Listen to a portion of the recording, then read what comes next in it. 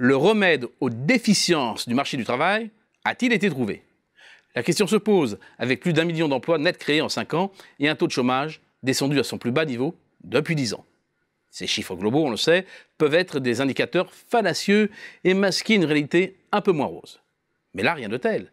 Sur 10 emplois créés, plus de 9 le sont par le privé et il y a de moins en moins d'emplois aidés. Ce n'est donc pas du dopage public. Il est juste possible de déceler une certaine germanisation du marché du travail avec une montée des contrats en alternance et du nombre d'apprentis.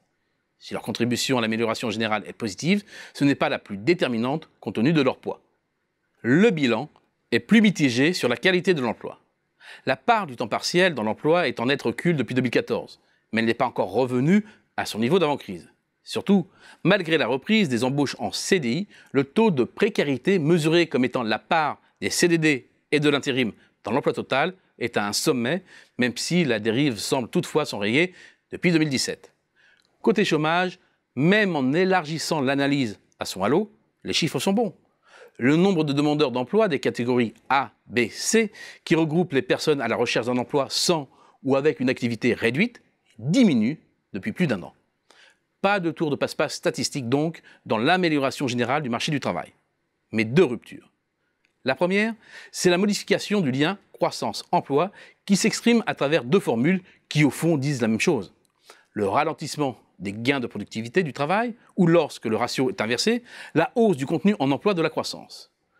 Lorsque l'on mesure les gains de productivité tendanciels sur 5 ans, c'est un fait. Ces derniers se situent aujourd'hui nettement en dessous de 1%, ce qui signifie que moins de 1% de croissance suffit à stabiliser l'emploi. Et c'est bien ce que l'on constate aujourd'hui, où la France continue à créer de l'emploi, alors même que la croissance navigue sur un rythme à peine supérieur à 1% depuis 2 ans. Une tendance de fond qui s'explique par la montée en puissance des jobs morcelés de services à faible productivité, liés notamment aux services à la personne, à la logistique, au gardiennage et la facilitation de leur montée en puissance par l'assouplissement de la législation du travail. Deuxième élément décisif, l'évolution démographique qui sous-tend celle de la population active. Or, la population des 15-65 ans ou des 20-65 stagne, voire recule depuis 2010, quand elle a augmenté encore de 200 à 300 000 par an entre 2000 et 2008. Et la tendance à la stagnation va s'inscrire dans la durée. Alors certes, le taux d'activité varie. L'offre de main-d'œuvre peut ainsi augmenter à population en âge de travailler constante, soit parce que la durée d'activité des seniors s'accroît, ou qu'il existe un effet de flexion des taux d'activité, c'est-à-dire le fait que les candidats à l'embauche augmentent lorsque le marché du travail retrouve un certain dynamisme. Néanmoins, en régime de croisière, il est clair que la hausse de la population active est bien moindre aujourd'hui qu'hier, et cela pour longtemps, compte tenu de l'arrière-plan démographique. En période de croissance, il faut aujourd'hui moins de 100 000 créations d'emplois pour diminuer le nombre de chômeurs, quand il en fallait 2 à 300 000 dans les années 2000.